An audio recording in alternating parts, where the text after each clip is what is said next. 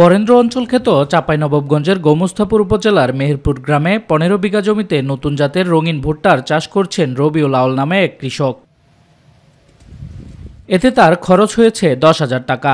নতুন জাতের রঙিন ভুট্টা খরিফ ১ ও খরিফ ২ মৌসুমেও অন্যান্য জাতের ভুট্টার চেয়ে ১ মাস আগে ফল সংগ্রহ ও সাধারণ ভুট্টার চেয়ে অনেক বেশি দামের সম্ভাবনা তৈরি হয়েছে।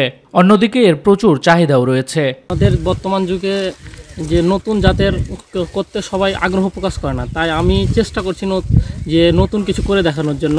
এই উদ্বুদ্ধ থেকেই আমি কৃষি অফিস আমাকে সহায়তা করেছে, সেই থেকে আমি এই নতুন জাতের ভুট্টাটা আবাদ করেছি। এ ধরনের ভুট্টায় স্বাদ ও রঙের উৎকৃষ্ট মানের হওয়ায় জেলা ও জেলার বাইরে বেশ চাহিদা রয়েছে। পুষ্টিগুণ সমৃদ্ধ এই ভুট্টা চাষ কৃষকদের মাঝে এরই মধ্যে ব্যাপক সাড়া ফেলেছে।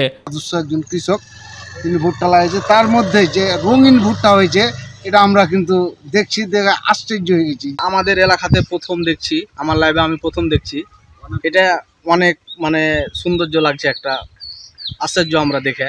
এ ধরনের ফসল চাষ বাড়াতে সব ধরনের সহযোগিতার কথা জানিয়েছে কৃষি বিভাগ। রাজশাহী বিভাগের কৃষি উন্নয়ন প্রকল্পের আওতায় আমরা যেহেতু মেশিন দিয়ে ভুট্টাটা লাগাচ্ছি, আমি মনে করি সব দিক দিয়ে আমাদের পানি কম লাগবে, কম জীবনকালের ফসল, আবার আমরা বৈজ্ঞানিক পদ্ধতি প্রযুক্তির সহায়তায় আমরা এটাকে লাগিয়ে মেশিন দিয়ে লাগিয়ে আমরা সব দিক দিয়ে সাশ্রয়ী। রঙিন ভুট্টার চাষ বাড়ানো গেলে ভূগর্ভস্থ পানির ব্যবহার কমানোর পাশাপাশি অধিক মুনাফার সম্ভাবনা রয়েছে বলে মনে করছেন সংশ্লিষ্টরা।